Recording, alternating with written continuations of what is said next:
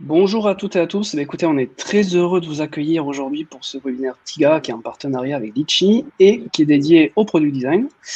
Aujourd'hui, c'est le deuxième tome d'une série de 5 webinaires. On a fait un premier webinaire sur la user research il y a 15 jours. Vous avez posé plein de questions, c'est super intéressant. Aujourd'hui, on va parler de discovery. On parlera de delivery dans une quinzaine de jours. Et puis après, en septembre, on parlera organisation, design et produits. Alors, je vais tout d'abord me présenter. Donc, Thomas Vidal, je suis product designer chez TIGA. Je suis en mission chez Litchi comme Head of Design. On a la chance aujourd'hui d'avoir avec nous Iris, Anaïs et Martin. Donc, Iris et Martin qui sont product designers au sein de l'équipe design et Anaïs qui est brand designer rattachée à l'équipe marketing et brand. Bon, mais salut à tous les trois, j'espère que vous allez bien. Salut. Bonjour. Ça va. Salut. L'idée de ce petit moment ensemble, ça va être donc de parler mise en place de la nouvelle identité, le nouveau positionnement Litchi. Et on va parler notamment discovery produit et des nombreux enjeux qui sont liés avec, entre l'équipe design, le produit et les autres équipes métiers. Je pense notamment à la co-construction sur l'ensemble des parcours, le côté métier, tech et produit. On va parler aussi évangélisation. C'est un sujet qui est extrêmement important, la synchronisation au sein de l'équipe design et l'évangélisation avec les autres équipes. Et on va voir enfin comment les équipes design et produits sont appropriées cette nouvelle identité et ont travaillé avec le marketing et la brand. Alors, juste avant de démarrer, pour donner un petit peu de contexte, je vais laisser la parole à Anaïs qui va vous parler un peu plus clairement de ce repositionnement. Mais juste avant ça, il faut savoir actuellement, Litchi travaille sur une refonte totale de son site qui va sortir sous peu, c'est vraiment imminent. Le positionnement a été repensé, les parcours desktop et mobile également, et un nouveau branding qui voit le jour. Depuis plus d'un an, côté organisation produit, on est passé à 3 feature teams et côté design, on est une équipe de 6 personnes. Product design, research et une partie brand donc, qui est partagée marketing. Bien évidemment, ce webinaire, il est participatif. N'hésitez pas à intervenir si vous avez des questions, des interrogations, des idées ou des échanges que vous voudrez partager avec nous. C'est toujours le même principe. Il faut aller dans la partie questions et poser votre question. Vous pouvez voter pour les meilleures questions et on prendra le temps d'y répondre une par une. On fait cette petite présentation qui va durer autour de 20-30 minutes parce que c'est midi, on sait que vous avez envie d'aller manger, etc. Et on prendra bien évidemment le temps ensuite de répondre à vos questions sur le sujet de la discovery, design et produit. Alors, on va démarrer, Anaïs. Est-ce que tu peux nous en dire un peu plus sur cette nouvelle identité et ce positionnement et comment vous avez mis en place cette nouvelle brand dans un premier temps de votre côté au niveau du marketing? Oui, bien sûr. Alors d'abord, pour ceux qui ne le savent pas, Litchi a été fondé en 2009 et est le leader européen de la cagnotte en ligne, que ce soit pour les collectes privées ou pour les projets solidaires. Et on compte aujourd'hui près de 16 millions d'utilisateurs de notre plateforme. Ça fait 11 ans maintenant que Litchi a la même identité et donc aujourd'hui, on a vraiment cette volonté de la rafraîchir. Déjà de 1 pour répondre au code graphique d'aujourd'hui et ensuite pour asseoir notre nouveau positionnement solidaire. Cette année 2021, elle est hyper importante pour nous parce qu'on a vraiment envie de s'engager sur cette nouvelle voie qui s'est ouverte depuis quelques années. Et comment dire, ce virage solidaire, il a pris tout son sens suite au Covid et aux nombreux confinements qui ont suivi. Parce qu'on a eu un énorme élan de générosité de la part de nos utilisateurs qui ont créé notamment plusieurs cagnottes pour soutenir le personnel hospitalier, l'achat de masques et aussi et surtout pour les commerçants. Et c'est ce qui fait qu'aujourd'hui, on a cette volonté vraiment de devenir un référent en fait, de la collecte solidaire et de mettre la générosité à portée de main.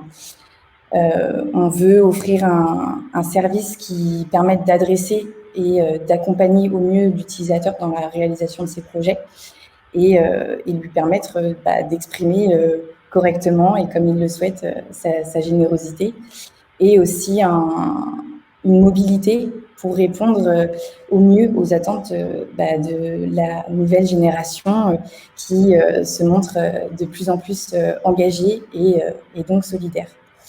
Vous l'aurez compris, ce nouveau positionnement, il se traduit surtout par la refonte de notre nouvelle identité.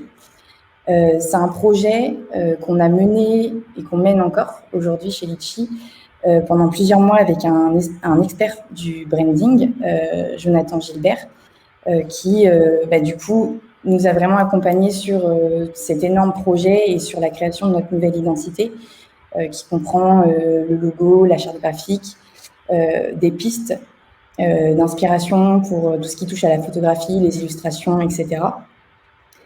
En amont de tout ça, il faut savoir que chez Litchi, on privilégie énormément le travail collaboratif et cross-équipe. Donc, c'était important pour nous que tout le monde participe en fait à cette nouvelle refonte et à ce nouveau positionnement et les nouveaux messages que Litchi va bientôt délivrer.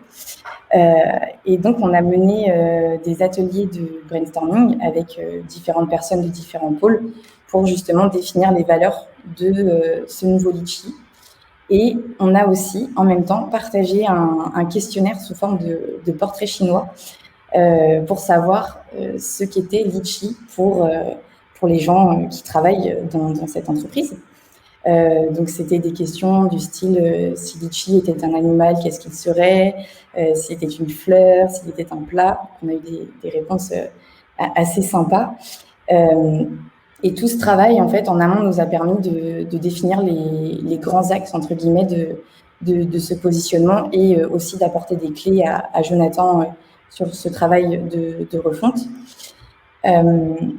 Après la livraison de tous ces assets graphiques, enfin, du moins une partie, le plus gros de notre travail en interne, et notamment avec Marion, notre brand manager, ça a été de s'approprier notre nouveau branding, parce que forcément, c'est énormément de changements, donc il faut que nous, on a dû le digérer pour ensuite l'apporter de manière assez simple et concrète à tous nos collaborateurs. Donc, tout ça, ça impliquait donc forcément le nouveau branding, les nouveaux messages qu'on allait apporter et évidemment tout ce côté d'adaptation visuelle en fait de nos supports de communication. Et à la suite de ça, on a fait une énorme présentation à tous nos collaborateurs pour les embarquer avec nous sur ce projet et on leur a livré une partie des assets graphiques parce que il faut aussi que tout le monde s'en imprègne et qu'on ait des retours, des feedbacks sur des choses que peut-être qu'on avait loupées. Donc, c'était important pour nous de le partager et que les gens puissent l'utiliser et nous faire des retours un peu plus concrets.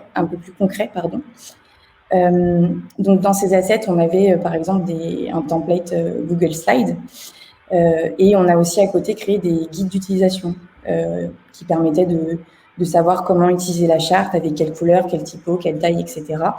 Et bien sûr, un guide d'utilisation aussi de l'écriture, de la tonalité et des nouveaux messages de Litchi. Et forcément, on leur a partagé aussi une partie de notre brand book.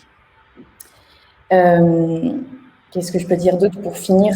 On a vraiment à cœur d'être accessible et inclusif dans ce nouveau branding pour le plus grand nombre de nos utilisateurs. Et c'est pour ça qu'avec le marketing, design / produit, on a travaillé en collaboration pour que le produit puisse s'approprier ce nouveau design et le faire découler en fait sur les maquettes desktop et mobile. Voilà. Donc vraiment pour résumer, ça a été un travail, un énorme travail sur plusieurs mois. Et un travail de compréhension de cette nouvelle identité et de tout ce que ça implique autour de Litchi, que ce soit en interne ou en externe, et surtout un vrai travail collaboratif pour, encore une fois, impliquer toute l'entreprise dans cet énorme projet, parce que c'est vraiment important pour nous d'avoir les feedbacks de tout le monde et puis d'avancer tout simplement tous ensemble dans la même direction sur ce projet. Voilà. Oui, et puis de notre côté, après, du coup, pour le product design, on a eu vraiment aussi un travail qui s'est fait en amont, main dans la main avec la brand, le marketing et les autres pôles de l'entreprise. C'était savoir comment on pouvait s'approprier la brand et comment on pouvait la décliner au cœur du projet. Pour ça, en fait, on a fait pas mal de recherches exploratoires orientées. On s'est notamment appuyé sur nos 7 millions d'utilisateurs pour comprendre comment ils utilisaient Litchi. Parce qu'en fait, comme l'a dit Anaïs, l'enjeu n'était pas seulement de nouvelles identités, mais c'était surtout aussi principalement de simplifier les parcours tout en mettant l'accent sur la solidarité qui s'est révélée très importante, notamment suite à la crise du Covid. Et comme l'a dit Anaïs, il y a eu une volonté aussi de partager un peu cette nouvelle identité, de communiquer aux autres équipes. Et du coup, un point très important de notre travail, ça a été vraiment la collaboration, ça a été de mettre en place des règles communes aux différents pôles, que ce soit produit, design, brand, tech, enfin, beaucoup de pôles. On a donc défini des règles facilement réutilisables au sein d'un design system. Ça nous a permis de mettre à plat la vision et parler d'une seule et même voix sans altérer le travail préalable qui avait pu être fait notamment par Jonathan Gilbert, Anaïs, Marion, la brand manager. Voilà. Ok, donc on vient de parler des valeurs et du sens notamment de cette refonte, de cette nouvelle identité. Donc pour cela, côté produit design, on travaille en discovery et en delivery. Je pense que c'est un sujet qui va intéresser tout le monde là, où on est en parallélisation en fait. On travaille vraiment en discovery, en delivery, avec une temporalité qui est adaptée en fonction de la problématique qu'on peut tacler. On va se concentrer donc maintenant sur la discovery. Est-ce que vous pouvez m'en dire un petit peu plus méthodologiquement, comment on s'y prend, comment on collabore avec les autres équipes, peut-être aussi expliquer comment on fait de la discovery, de la delivery en parallèle, notamment avec cette problématique de temporalité en fonction du contexte. En fait, on a introduit des méthodologies qui étaient dès le départ du projet, qui impliquaient les équipes des différents services pour co-construire justement le futur Litchi. Donc ces phases de discovery, parce qu'on a aussi la delivery, comme l'a dit Thomas, en parallèle, elles duraient à peu près 1 mois en moyenne, en fonction de la complexité bien sûr et de l'importance des sujets qu'on avait, les sujets d'opportunité. Elles se divisaient en plusieurs phases. Il y avait une première phase qui est un research deck, que je vais détailler toutes ces phases peut-être un peu plus tard, mais la première phase, c'était vraiment le research deck. Deuxième phase, c'était des ateliers. Troisième, on faisait des maquettes. Ensuite, on faisait des tests utilisateurs. En fonction des tests utilisateurs, on faisait des itérations. Et on livrait une synthèse de tout le travail effectué précédemment. Et à la fin, on livrait aux devs tout ce travail. Le but, c'était d'impliquer le plus possible les équipes, les métiers en fonction du sujet. Je prends un exemple, la dépense chez Litchi, donc la dépense d'une cagnotte, on a impliqué par exemple le service fraude qui est très impliqué dedans parce que c'est nos premières remontées d'importance, de retour client, etc. C'est sur la dépense, donc il fallait qu'il soit présent et très présent. Le marketing, parce que forcément ça joue sur l'image de la marque. La technique qui est présente à tous nos ateliers, parce qu'on devait savoir les contraintes et ce qu'on pouvait faire, parce qu'ils ont souvent une vision de la technologie qui est beaucoup plus pointue que la nôtre et des opportunités qu'on peut avoir. Et bien sûr, le service client qui doit répondre justement aux demandes de ces utilisateurs qui sont, quand ils font une demande, c'est généralement mécontent. Et donc, voilà, on a impliqué tout le monde pour avoir la meilleure réponse possible à cette problématique qui était la dépense chez Litchi. Alors, pour détailler un petit peu les différentes phases, j'ai dit qu'au tout départ, on faisait un research deck. Alors, c'est quoi? Et c'est surtout pourquoi le faire? En fait, c'est un condensé un peu de toutes nos recherches exploratoires. On peut avoir des data, du benchmark, de la recherche utilisateur. On fait l'état des lieux aussi de Litchi parce que c'est très important d'apprendre de nos erreurs. On a les enjeux du produit et des métiers qui est une part majeure de nos réflexions. On a les problématiques et on en fait en fait une problématique de ce sujet. Donc la dépense, on avait comment faire en sorte que la dépense soit le plus fluide possible et au final avoir le moins de retours clients et d'avoir le plus de satisfaction possible. Voilà, et pour ça, pour faire ce research deck, on implique les data managers, la user research, la technique aussi de temps en temps, et les différents services de Litchi en fonction du sujet et traité. Après ce research deck, on fait des ateliers. Alors, c'est des ateliers qui sont basés sur le design thinking et le design sprint, et même le lean aussi de temps en temps. On n'implique pas tout le monde, bien sûr, parce que ça serait très problématique pour nous, mais en fonction des problèmes et des besoins, et encore une fois, on implique les personnes qui sont les plus à même de répondre à nos questions et à faire de l'idéation avec nous et de la solution. On a différents types d'ateliers en fonction des besoins. Ça va du sketching au priority guide. On fait aussi des tri de cartes. On fait, en fonction vraiment des besoins, on s'adapte à ces ateliers. On travaille maintenant en remote depuis 1 an, un peu comme tout le monde. Du coup, on a forcément Miro comme support pour ces ateliers, qui est un outil formidable. Il y a Figma qui vient de lancer son FigJam qui va peut-être remplacer Miro, mais pour l'instant, on n'y est pas du tout. Et les équipes l'ont adapté, ce Miro. Et c'est très, très intéressant parce qu'on peut réagir très facilement et avoir à peu près les mêmes réponses que si on était en physique. Donc, voilà, c'est un outil formidable pour nous. Quand on fait de la divergence, alors on ne se fixe pas du tout de limites dans l'idéation, pas de limites techniques, etc. C'est vraiment, toutes les idées sont les bienvenues. La difficulté, c'est de garder l'attention des participants, mais je pense qu'on y arrive quand même assez bien. Et puis chez Litchi, on a beaucoup de chance parce que tout le monde est très impliqué. Et du coup, c'est vraiment un plaisir de faire ces ateliers. Puis il y a la convergence. Alors je ne vais pas vous expliquer la convergence, mais en gros, on priorise et on voit quelle est la solution la plus à même de répondre à notre problème. Et puis enfin, il y a les votes qui sont plus que de choisir ce qu'on va faire, c'est à titre indicatif pour voir vraiment quels sont les pôles qui sont intéressants, qu'est-ce qu'il faut prendre en compte, etc.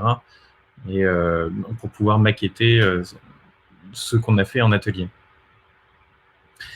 Je l'ai encore dit, et je le redis, mais la co-création chez Litchi, c'est hyper important, donc on implique les équipes. Et aussi dans la création du flow, alors, on les implique. Et on donne vraiment la possibilité à tout le monde de partager ses connaissances, et ce qui nous permet, nous, à côté, d'évangéliser et de répandre un peu ce que c'est le design, pourquoi on fait ça, comment on le fait, et ce qui permet de faciliter nos futurs ateliers, nos futures réponses à ces problèmes. Une fois les ateliers terminés, bien sûr, nous, on reprend la main. On se consulte beaucoup. On a décidé de pouvoir échanger beaucoup et pas d'être exclusivement dans une feature team. C'était très important pour nous pour avoir une vision un peu externe, pour éviter d'être trop concentré sur un seul sujet et de perdre de vue le global. Et pour ça, on fait des design reviews en règle générale toutes les semaines pour voir ce qu'on a fait, ce qu'on pourrait améliorer. Ça nous permet de se synchroniser, de voir les dépendances qu'on a sur les projets et de pouvoir éventuellement aussi reprendre le projet de quelqu'un quand il n'est pas là, ce qui est hyper important. Alors bien sûr, dans cette phase, on travaille en étroite collaboration avec le produit et les techs. C'est très important pour nous, le produit, pour garder la vision business et les objectifs, et les techs pour voir les restrictions qu'on aura et ce qu'on peut faire pour justement dépasser ces restrictions et voir plus loin. Et bien sûr, on collabore très fortement avec les équipes métiers pour avoir leur retour même dans cette phase-là. Et il y a aussi une part importante de notre travail qui est de travailler avec la brand pour adapter justement ce que Anaïs nous a dit, donc la refonte de la brand sur nos maquettes, avec les éléments graphiques, l'illustration, la photographie, la typo, les couleurs, etc. Et je peux prendre un exemple, la Home, qui était un travail qui était vraiment très important parce que c'est vraiment la première page où on voit s'exprimer la nouvelle image de Litchi, et c'était très important de retranscrire les valeurs, le ton, l'accessibilité et ce qu'on a envie de dégager comme image. Et avec Anaïs, on a fait ensemble ce travail collaboratif. Les ateliers, on les a fait ensemble pour avoir le résultat le plus optimale possible. Et je trouve qu'on a fait plutôt un bon travail, mais vous le verrez un peu plus tard. Enfin, pas ici, mais quand ça sortira. Et bien sûr, il y a une phase de test utilisateur qu'on fait systématiquement. Alors, aujourd'hui, on fait des tests avec TestAPIC qui nous permet de tester sur un échantillon de 5-6 personnes à chaque fois. C'est des tests à distance avec un questionnaire, donc c'est pas forcément l'idéal. On aimerait bien faire des tests qualitatifs en one-to-one, mais ça interviendra après. Là, on est en train de faire un test global sur l'ensemble du produit parce qu'on a presque fini en design de créer le produit. Et ce qui nous permettra d'avoir d'autres retours. Mais en tout cas, les enseignements qu'on a eus avec ces tests de TestAPIC étaient très intéressants et très importants pour nous. On a fait d'énormes changements et le changement, c'est toujours bien quand on l'a sur le test utilisateur. Et voilà. Et donc, ce qu'il faut de retenir de ce que j'ai dit, c'est que la collaboration est très importante avec les services dans toutes les phases, vraiment toutes les phases. On a une méthodologie qui est structurée et qui s'adapte en fonction de la problématique traitée. Et on partage notre travail à chaque résolution de problème qu'on fait. Voilà. Alors ça, c'est extrêmement important. Il y a vraiment cet aspect collaboratif et d'évangélisation qui est permanent au sein des équipes. C'est quelque chose vraiment qui nous fait avancer, nous permet de nous assurer qu'on est bien dans la bonne direction. C'est pas que l'équipe design ou que l'équipe produit qui travaille dans son coin. C'est vraiment un travail complet et collectif. Ça nous permet aussi de pivoter intelligemment si besoin. Donc c'est quelque chose d'essentiel. On le sait que l'enjeu majeur aujourd'hui dans les équipes matures produits, c'est le partage de la connaissance et la collaboration. On vient d'en parler. C'est aussi en grande partie, donc je le disais, l'évangélisation du design pour arriver à impliquer les différents corps métiers. Comment on s'y prend concrètement aujourd'hui et à quel moment dans nos process de discovery? En fait, il faut savoir qu'avec le projet, comme on peut se douter, c'est un rythme assez soutenu, notamment on a un rythme de discovery soutenu, puis en parallèle, on mène la delivery. Il y a vraiment un enchaînement de projets. Du coup, avant même le partage de la connaissance, une de nos problématiques principales, c'est aussi de garder la connaissance quelque part, centraliser nos recherches, notamment nos recherches orientées, parce qu'en parallèle, on a également des recherches des recherches exploratoires plus long terme menées par Odin, notre user researcher, sur lequel on intervient plus ponctuellement. Mais sinon, au quotidien, on a vraiment des recherches orientées assez denses sur comment un utilisateur utilise actuellement le Litchi, ce qu'il voudrait, etc. Du coup, la problématique principale est de garder cette connaissance, centraliser les recherches pour pouvoir potentiellement ensuite diffuser la connaissance produit utilisateur à toute l'entreprise. Ce qu'on met en place, c'est que une fois que on a effectivement fait le research day, comme l'a dit Martin, les ateliers, qu'on a commencé également à le prototypage, on va réaliser des synthèses des histoires. Voilà, on va commencer voilà le problème sur lequel on est parti, voilà les opportunités qui en ont découlé, ce que les équipes ont réalisé, ce qu'il en est sorti et ce qu'on a testé. Du coup, dans tout ça, il va y avoir la recherche exploratoire avec la data, la benchmark, les insights utilisateurs, une restitution des divers ateliers, les premières UI, souvent sous forme de prototypes, parce que c'est souvent les prototypes qu'on va ensuite aller tester en test utilisateur. Et on a souvent également les résultats de ces tests utilisateurs-là. C'est l'avantage des synthèses et les avantages des synthèses sont multiples. Dans un premier temps, ça permet de tenir informés les participants, leur montrer qu'en fait, effectivement, on leur a demandé quelques heures de leur temps pour participer aux ateliers ou pour répondre à nos interviews, mais c'est pas vain, il y a un résultat derrière, voilà comment ça s'est transformé, tout ce qu'ils nous ont dit. Ça permet également du coup de documenter le travail effectué, que ce soit pour le futur, mais également pour les questions qu'il faudrait poser au fil de l'eau. C'est toujours avoir en idée, en tête, pourquoi on a fait ça, comment on l'a fait, d'où est venue cette idée-là. Et ça permet aussi d'évangéliser le design et notre démarche, c'est-à-dire que tout ce qu'on fait est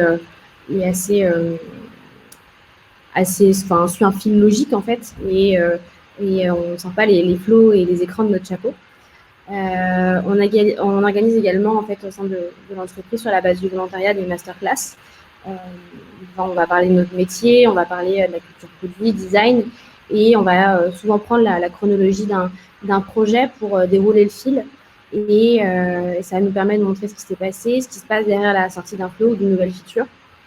Et en parallèle de ces masterclass qui permettent en fait, de montrer un peu ce qui se passe derrière les rouages de l'équipe design, on a aussi la mise en place d'outils de partage de la connaissance utilisateur, parce qu'il faut savoir que ce soit le service fraude, le service client ou nous aussi à notre échelle, on a chacun notre tour des interactions avec les utilisateurs, mais à des moments différents du parcours de l'utilisateur, avec des retours différents. Et c'est intéressant d'avoir une connaissance autre de ce que disent nos utilisateurs. Du coup, on va mettre en place des outils comme Dovetail, qu'on est en train de mettre en place au sein de l'équipe. Et comme l'a dit Martin, on est en train de réaliser aussi, on est sur la préparation de tests utilisateurs globaux pour la sortie de notre MVP. Et on va faire participer du coup les équipes à ces tests utilisateurs. Comme l'a dit Martin, en fait, on utilise Test Applic au fur et à mesure en fait pour tester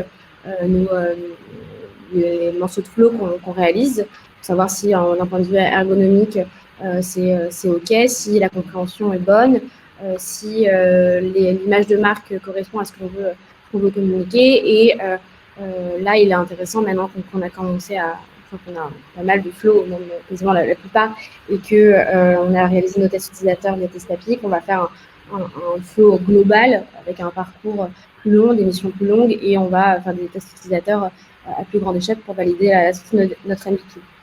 En résumé, je pense qu'il est très important de mobiliser les équipes le plus tôt possible en leur donnant de la visibilité sur ce qui est réalisé et en leur donnant aussi les clés de la connaissance de nos utilisateurs, que ce soit via des documents de synthèse, via l'accès à des outils ou en les impliquant tout simplement dans les tests utilisateurs. Ok, donc du coup, quand on fait des retours d'expérience, c'est souvent tout beau tout rose. L'idée, c'est d'être le plus transparent possible et de vous expliquer aussi ce qui est plus difficile à mettre en place. J'imagine qu'on a des problèmes et qu'on a toujours des problèmes, c'est normal. Quels sont les problèmes les plus récurrents que vous avez pu rencontrer et que vous rencontrez encore aujourd'hui? J'en ai parlé un tout petit peu avant, c'est il y a le fait de s'adapter à la situation actuelle. La situation actuelle, c'est la crise du Covid. Ça implique des ateliers qui ne soient pas en physique, et c'est un peu différent de ces ateliers de les faire en physique ou pas, parce que l'attention est moins gardée quand c'est en virtuel, et du coup, il faut toujours garder en tête de faire des ateliers déjà très intéressants, qui soient pertinents pour les gens qu'on invite, et d'avoir une communication et même un ton enjoué en fait, pour que les gens se sentent impliqués, et si en fait que ça se transmette, parce que quand on est enjoué, les gens se sentent enjoués aussi, et au final ça joue sur ton expérience d'atelier par exemple. Donc c'est peut-être le premier problème. Le deuxième problème, c'est le temps. Le temps, parce que avec la crise du Covid, encore une fois, on a eu un temps d'adaptation un petit peu difficile. Il y a eu beaucoup de réunions qui se sont créées. Là où en physique, on passait 5 minutes avec quelqu'un en lui demandant quelque chose et il te répondait vraiment très rapidement. Aujourd'hui, au tout début de la crise, en tout cas, on nous mettait 15 000 réunions pour répondre à une question, et c'était très compliqué à gérer, en plus de toutes les choses qu'on devait gérer. Et une refonte totale d'un produit, c'est quand même très important, et d'avoir des réunions sans cesse, en fait, ça permet pas d'avancer sur le produit. Et donc, comment répondre à ce problème? Déjà, c'est bien préparer les réunions pour éviter des pertes d'informations et des pertes de temps. De bien prévoir ce qu'on va faire, et c'est vraiment crucial ça, de planifier un peu toute, on parle de la discovery, mais toute la discovery quand est-ce qu'on le fait, les dates butoirs, etc. D'inviter en avance les gens, parce que les gens, justement, avec la multiplication de réunions, ils n'ont pas le temps de participer à des ateliers, etc. Donc, le planifier en avance permet d'être sûr qu'on aura les bonnes personnes en face. Et voilà. Voilà. Et la troisième, à la limite, le problème, c'est la restitution et la transmission du design. C'est vraiment, il faut comprendre pourquoi on fait notre travail. Le design, bon, c'est relativement neuf dans les entreprises quand même si ça a quelques années, mais la méthodologie du design thinking, etc. en France, telle qu'on la connaît aujourd'hui, elle n'a pas été démocratisée tout de suite, et du coup, les gens comprennent pas tout à fait ce qu'on fait. Ou ça commence, mais c'est quand même, il y a une problématique d'évangélisation du design qui est très importante. Et du coup, leur faire comprendre et être le plus explicite possible, et c'est pas un problème, mais c'est en tout cas à garder en tête. Et à chaque action qu'on fait, et à chaque fois qu'on communique avec quelqu'un, en fait, il faut se dire qu'on communique aussi notre travail et la façon de faire du design. Et donc, tout ce qu'on produit et tout ce qu'on donne est important et doit être traité comme si on traitait le produit Litchi en lui-même. D'où la décision de faire des synthèses aussi de tout notre travail et de les faire bien. Aujourd'hui, on les fait sur PowerPoint avec le nouveau template que la brand nous a mis à disposition. Demain, je ne sais pas comment est-ce qu'il se fera. Ça se trouve, tout sera rassemblé. Il y aura Dovetail aussi qui sera disponible. Mais la transmission du design est une problématique, en tout cas, qu'on garde en tête quoi qu'il se passe. Du coup, s'il fallait résumer, quel conseil vous donneriez tout simplement pour faire en sorte de réussir une phase de discovery et d'être bien sûr d'arriver à impliquer les équipes métiers et produits? Comme on l'a prévu, comme on l'a vu précédemment, la synthèse, il y a 3 intérêts à la synthèse. Il y a de 1, garder la connaissance qu'on a acquis au cours de cette différente phase de discovery. Le deuxième, c'est déjà que les équipes soient fières et qu'ils puissent réagir aussi au travail effectué. Et le troisième, et c'est limite le plus important pour qu'un produit fonctionne, ou en tout cas un gros produit comme la refonte de Litchi, c'est que les équipes se sentent vraiment impliquées dans ce qu'ils font.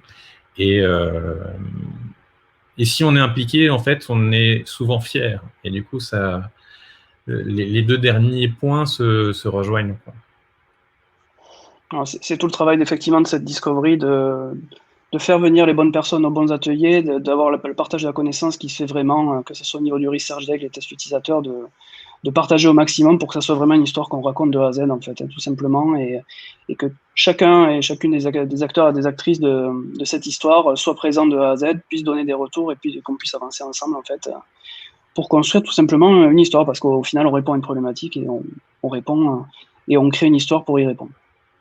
Superbe, écoutez, merci beaucoup. Je vois qu'on n'a pas de questions, ce qui est assez rare, donc on va dire qu'on a été assez... On a été hyper clair. On a été hyper clair. Si vous avez des questions, n'hésitez pas à les poser dans les 2-3 minutes, là, on va pour y répondre.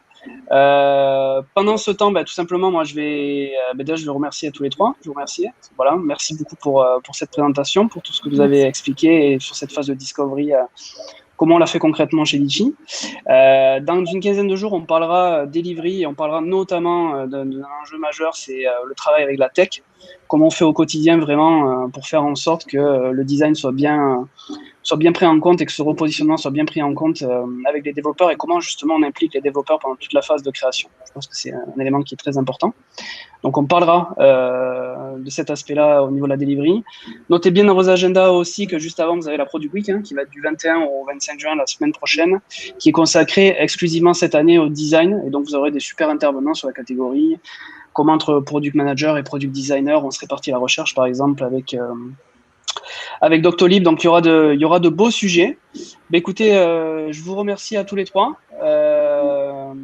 Super, écoute, super Étienne, super Laurent. Merci à tous. Et puis, on se revoit dans 15 jours pour parler delivery.